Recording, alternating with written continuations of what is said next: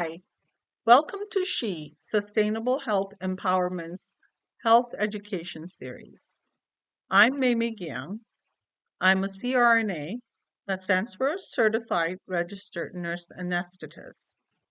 Over the next 4 weeks, we will be discussing breast cancer, which is the most common cancer in women in the US and globally, aside from skin cancers.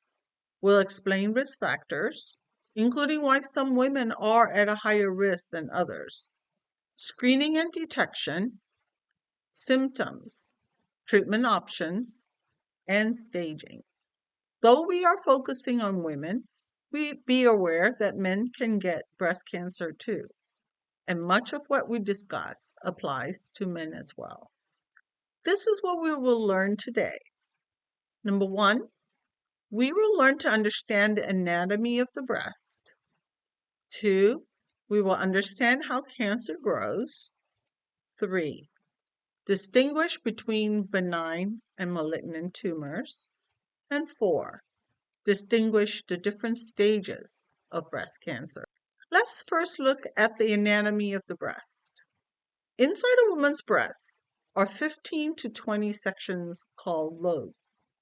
Each lobe is made of smaller sections called lobules. Lobules have groups of tiny glands that can make milk.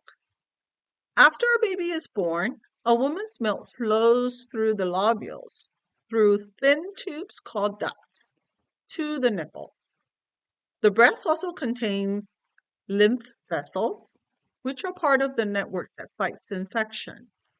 These vessels are connected to larger tissues called lymph nodes.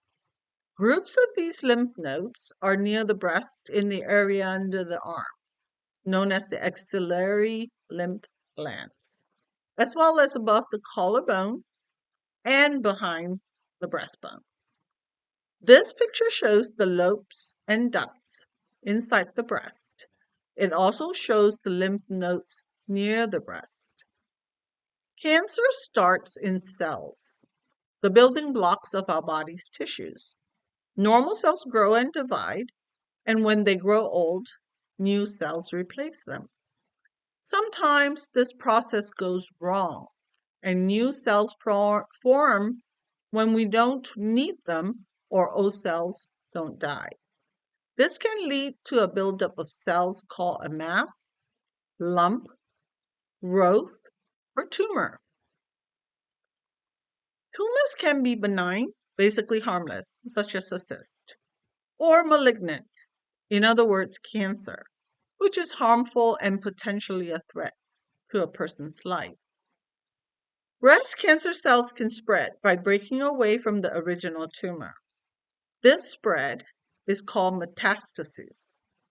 The cancer cells enter the blood or lymph vessels, which branch into all tissues of the body.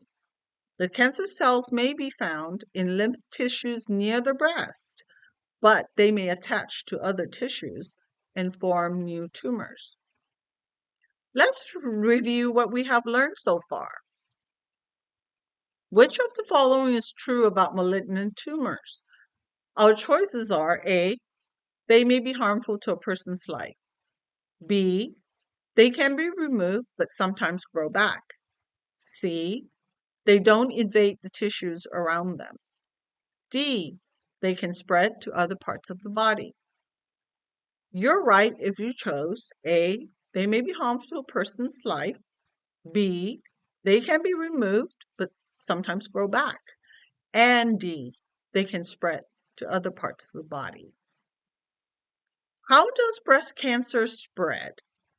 Our choices are A, through saliva, B, through lymph vessels, C, through blood vessels, and D, through nasal secretions. I'll bet we all know that it is through the lymph vessels and through the blood vessels. Finally, let's end today's session with a quick overview of the staging of breast cancer. When a person is diagnosed with breast cancer, the extent of the tumor, known as the stage of the cancer, is important in determining the best treatment options. The earliest stage of breast cancer is stage 0, called ductal carcinoma in situ, DCIS. Staging then ranges from stage 1 through 4. The lower the number, the less the cancer is believed to have spread. The higher number, such as stage 4, means cancer has spread more. And within each stage, letters are signed starting with A. These are related to such things as the size of the tumor and how it has spread. A indicates a lower stage than C. For example, stage 3A is less serious than stage 3C. Although each person's experience is unique, cancers with similar stages tend to have similar outlook and are often treated in the same way. We'll talk more about staging later in this series. Today, we explored the anatomy of the breast in detail in order to understand more about breast cancer, and we briefly looked at staging of breast cancer. Next week, we will explore risk factors for breast cancer, some of which you may be able to change. Thank you for tuning in, and be sure to check out our next episode on breast cancer and all the episodes of this health series. We'll see you next week. Here's to good health and good habits.